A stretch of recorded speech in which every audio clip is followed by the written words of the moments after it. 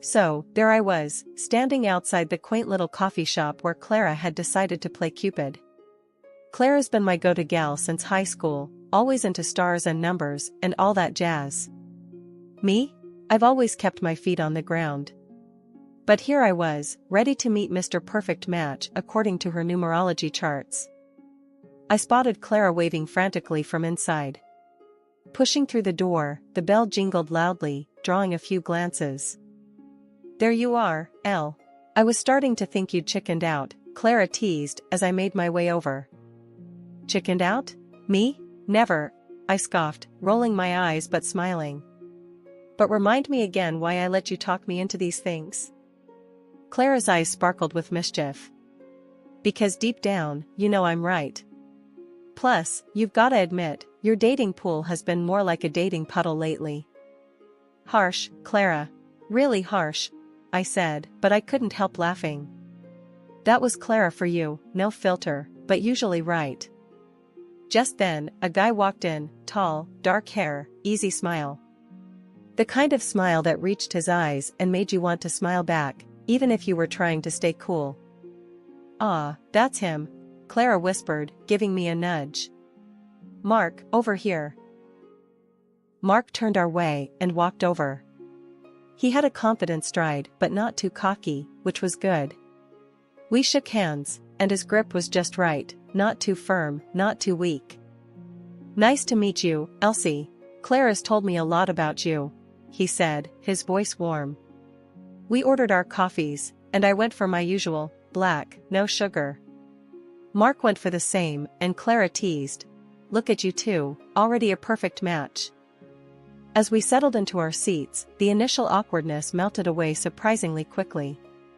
Mark was easy to talk to. He didn't just talk about himself either, he asked about my work as a video editor, genuinely interested in the details. "So, you edit videos?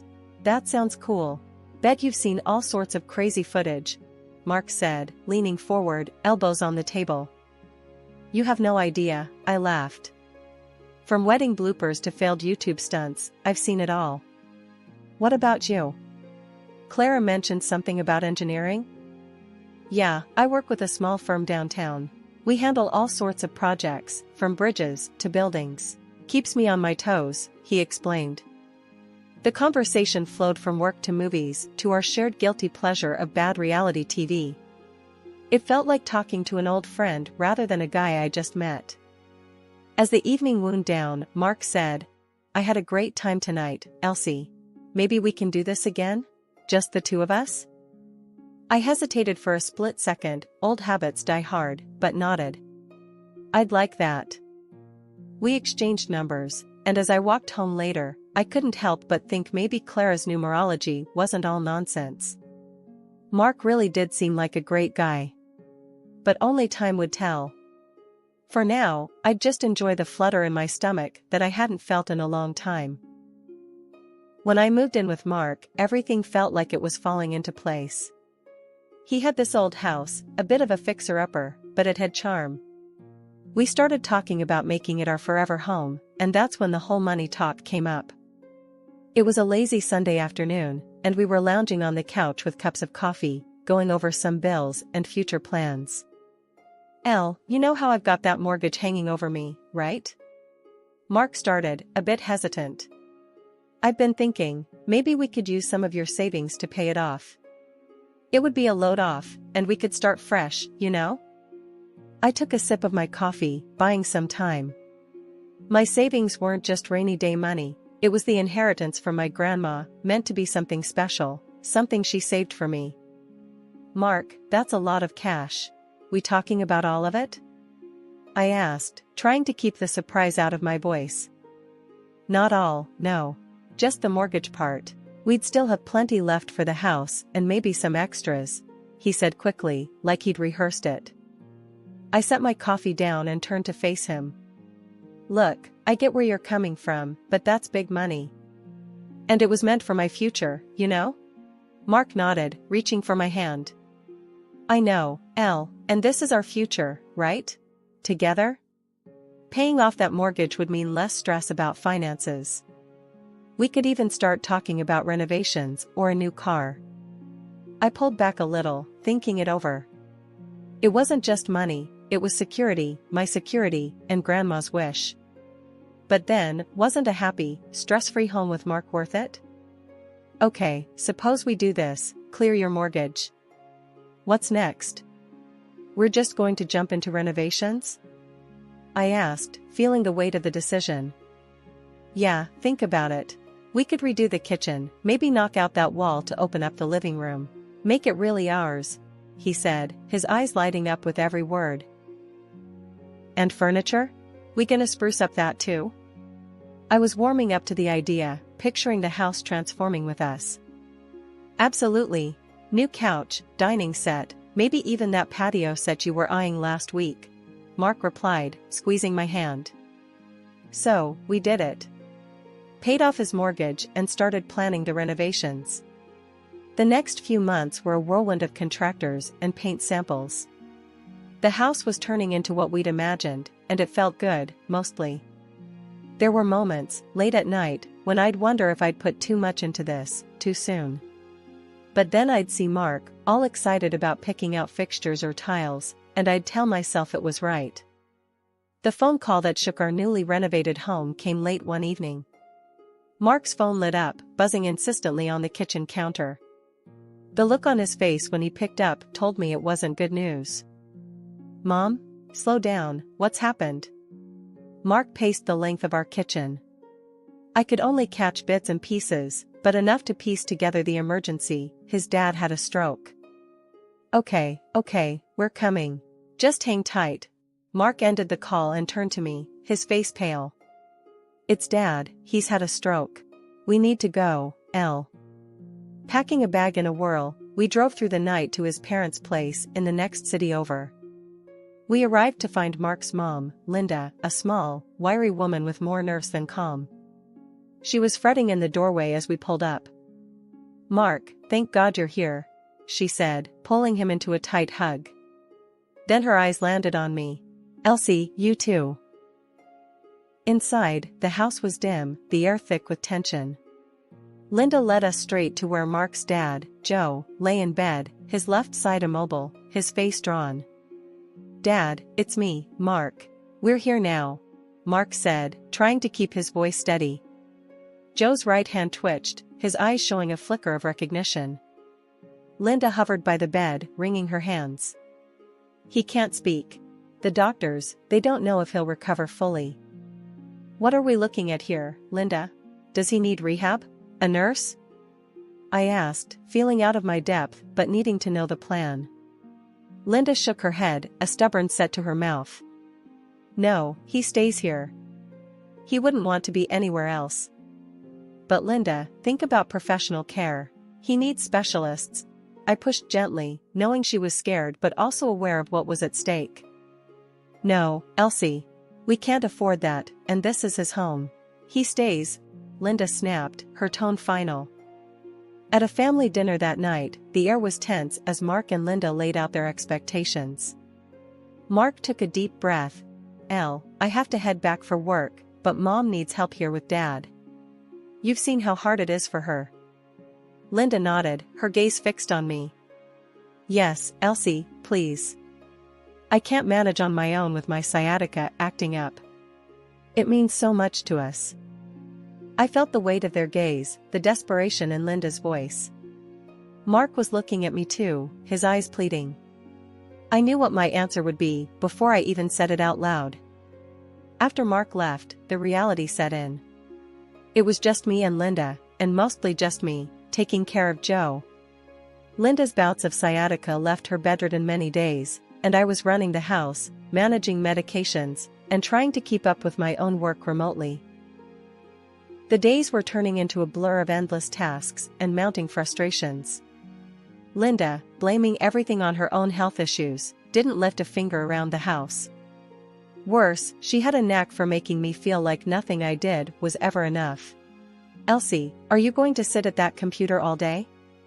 Linda's voice would slice through the quiet of the house like a knife.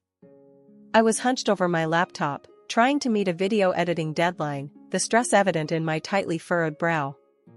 I'm working, Linda. This is my job. I'd respond, my voice strained but calm, keeping my eyes fixed on the screen. It doesn't look like much work to me. She'd scoff, shuffling off with an air of disapproval. I bit back the sharper retorts teetering on the tip of my tongue. After all, she was family, and family meant biting your tongue until it bled, right? But it was hard, especially when I felt more like a maid than a daughter-in-law. Each day, I cooked, cleaned, and cared for Joe, my father-in-law, who still hadn't regained his ability to speak. His eyes, full of gratitude and apology, often met mine, offering silent thanks that Linda never voiced. During one of my increasingly rare calls with Mark, I tried to explain how strained things had become. Mark, it's tough here. Your mom, she's really hard on me. And your dad needs more care than I can manage on top of everything else. I confided, the weight of my exhaustion evident in my voice. I know it's hard, Elle. Just hang in there a bit longer, okay? Dad will get better, and once he's up on his feet, you can come back home, Mark pleaded. Determined to do more for Joe, I completed a course in massage therapy tailored for stroke recovery. Each evening, after the dinner dishes were cleared and Linda had retired to her room with a grunt, I'd help Joe into a comfortable chair and gently work his stiff muscles. Things took a surprising turn when Linda announced she was feeling better and wanted to visit Mark. I think I'll go stay with your husband for a few months, see the city, she declared one morning out of the blue. Her news should have filled me with dread at the thought of being alone, but instead, a wave of relief washed over me. When she left, the house felt lighter, as if her departure had lifted a heavy veil that had been smothering me. Finally alone, I established a new routine. Mornings were for Joe. We developed a silent camaraderie, communicating through gestures and shared smiles. I'd massage his limbs, encouraging movement, and his improvement, however slight, felt like victories in a war I'd thought we were losing. Afternoons and evenings were mine again. I reclaimed my time and dove back into my video editing with renewed vigor. Without Linda's constant nagging, I found my productivity soaring. I'd work late into the night, the glow of my laptop a beacon of normalcy in the otherwise turned upside-down world. Evenings were the hardest. I'd sit in the quiet after dinner, missing Mark, missing my old life, but also appreciating the peace. I think we're doing okay, Joe, I'd say as we settled in after our dinner, speaking more to fill the silence than out of necessity. Joe would nod, his eyes crinkling in agreement or perhaps gratitude. Half a year had rolled around, and it was amazing to see how much Joe had improved. He was not only talking, but had also started getting around with a new wheelchair I helped pick out for him. It was a game changer. He even began doing things for himself, like making his own snacks and managing his medication, which seriously lightened my load. During this time, Joe and I had grown incredibly close, so much that he started calling me his daughter, which warmed my heart every time he said it. It wasn't just about care anymore, it was about family, about the bond we had formed. One lazy afternoon, we were both in the living room, Joe in his wheelchair, flipping through channels, and me with my laptop, trying to catch up on emails. A thought had been nagging at me for a while, and seeing him so active and independent brought it to the forefront. Joe, can I ask you something? I began, hesitating a bit as I closed my laptop. Of course, kiddo. What's on your mind? Joe looked over, his face open and inviting. Well, I was wondering, why didn't you ever consider going to a nursing home or maybe even short-term care at the hospital? It might have made your recovery easier, I said, genuinely curious. Joe looked genuinely surprised. A nursing home? I thought about it. Actually, I wouldn't have minded that at all. I've even got some money saved up just in case I needed to go to a better place than what the basic insurance covers. I frowned, confused. Really? Linda told me you were completely against it, that you wanted to stay here no matter what. She said there was no extra money for anything else. Joe's face hardened slightly. That's not true, Elsie. I never said I wanted to stay here no matter what. And the money, it's there. I guess she didn't want me using it on a nursing home. That conversation left a sour taste in my mouth. It seemed there were decisions being made without Joe's input, which didn't sit right with me. But before I could dig deeper, my work pulled me back in. I'd landed a major video editing project that demanded almost all my attention. It was a big break for me, a chance to really make a name for myself in the industry. Life settled into a comfortable routine. Joe was doing well, my career was on an upswing, but there was a void where Mark used to be. His visits had become non-existent, and his calls were brief and distracted. Busy at work was always his excuse. As Joe's health stopped causing concern, I thought it was time to mend things at home too. With a heart full of hopeful anticipation, I packed up some of my things, hugged Joe goodbye, and headed back to the house that Mark and I had turned into a home. It was late evening when I arrived, the neighborhood cloaked in darkness, the familiar glow of our porch light a beacon in the night. But something was off. As I approached the front door, my key wouldn't fit into the lock. Confused and slightly anxious, I rang the doorbell. After a few tense moments, the door swung open, revealing a woman I'd never seen before. "Can I help you?" she asked, eyeing me suspiciously. I live here with my husband. Who are you?" My voice trembled, a mix of confusion and growing dread setting in. "I'm just watching the house for the new owner," she responded, her tone cautious yet firm. "New owner? There must be some mistake. This is my house," I said, the firmness in my voice belying the shock that was starting to take hold. "I'm sorry, ma'am, but the house has been sold. Maybe you should call your husband or something," she suggested before she started to close the door. Panic rising, I stepped back, pulling out my phone to call Mark. My hand shook so badly, I nearly dropped it twice. When he finally answered, his voice was cold, detached. "Mark, what's going on? Why is there someone else in our house?" I demanded, my voice cracking under the strain. "Elsie, I sold the house. We needed to move on.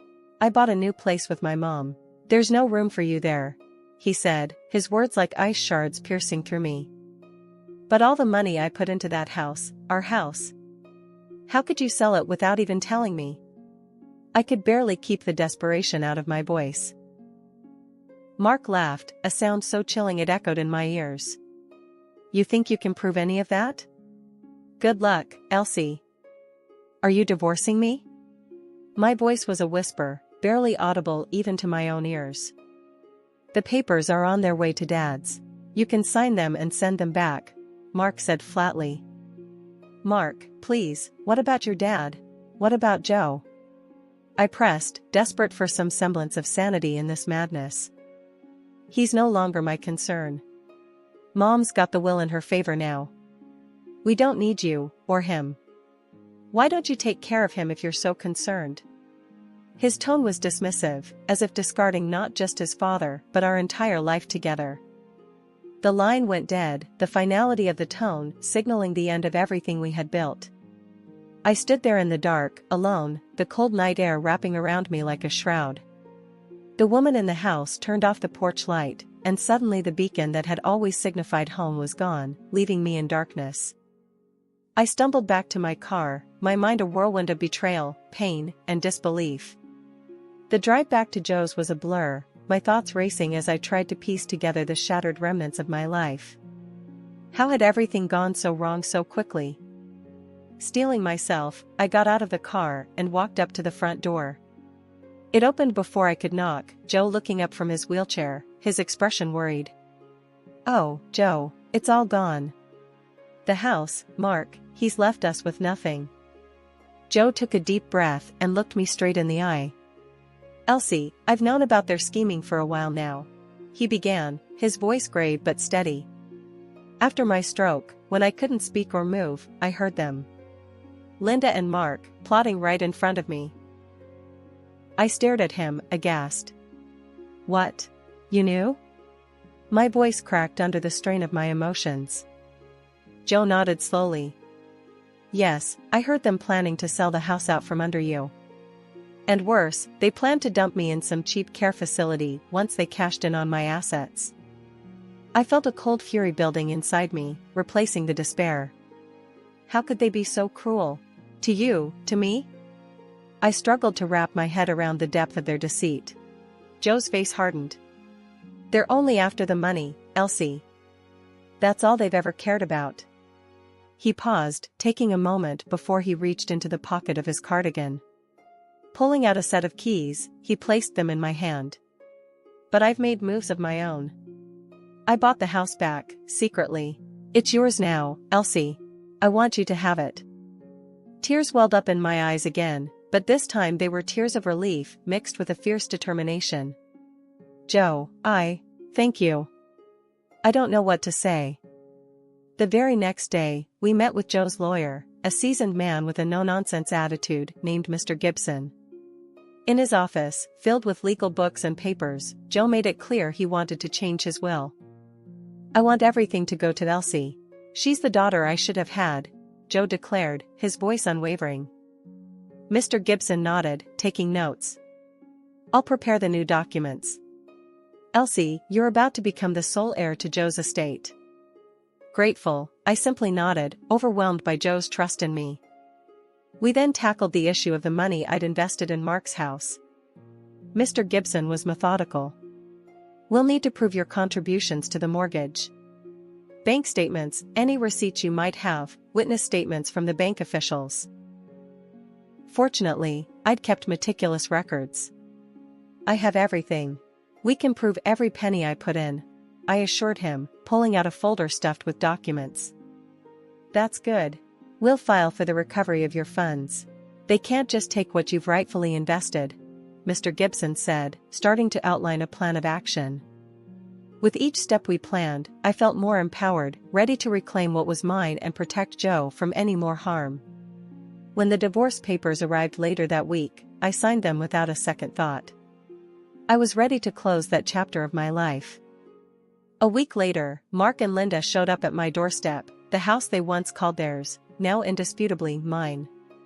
Their faces were the picture of desperation. I had already heard through my lawyer that they were panicking over the lawsuit I planned to file, demanding back the $150,000 I had put into the mortgage. Elsie, please, we need to talk, Mark began, his voice shaky, avoiding eye contact as if the guilt was too much to bear. Linda chimed in, wringing her hands nervously. We're so sorry, Elsie. It all got out of hand. Please, can't we just put this behind us? I leaned against the doorframe, arms crossed, not moved by their distress. Sorry? After everything you've done? You think a simple apology will fix it? But we're family, Linda tried again, her voice trembling. That ship sailed the moment you betrayed me and Joe, I replied sharply, the anger in my voice clear and unyielding.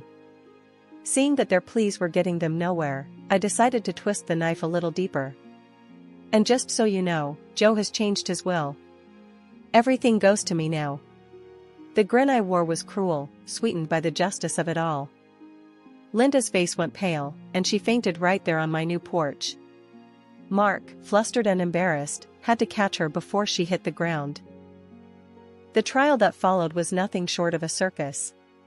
Mark fought tooth and nail for every cent, refusing to admit that the money I invested was mine. Linda, ever the actress, put on quite a show in court, feigning illness to gain the judge's sympathy. But the evidence was undeniable. In the end, the judge ruled in my favor. The defendant is ordered to repay $150,000 to the plaintiff. The evidence supports her claim unequivocally. Relief washed over me as justice was served. The gavel's final bang was like music to my ears. I walked out of that courtroom with my head held high, free from the chains Mark and Linda tried to place on me. Back at home, the house felt more like a sanctuary than ever. Joe and I celebrated quietly, a small toast to new beginnings and to justice. Life settled into a comfortable routine after that. I resumed my video editing work, finding joy in the craft that had always been my passion. Joe was more than just a father-in-law now, he was family, a true friend. News reached us through friends that Mark and Linda had to sell their flashy new apartment to cover the repayment. Now they were living in a rental, much humbler than before. It was a fitting turn of events, though I took no pleasure in their downfall. Just last week, Clara, my numerologist friend, called me up. Elsie, I found the perfect guy for you. His birth date lines up beautifully with yours. I couldn't help but laugh, a light, free sound that felt good on my lips. Thanks, Clara, but I think I'm going to stick to meeting people the old-fashioned way. Life's been too crazy for any more predictions. She laughed along with me, and we chatted for a few more minutes about life and love, the conversation light and easy,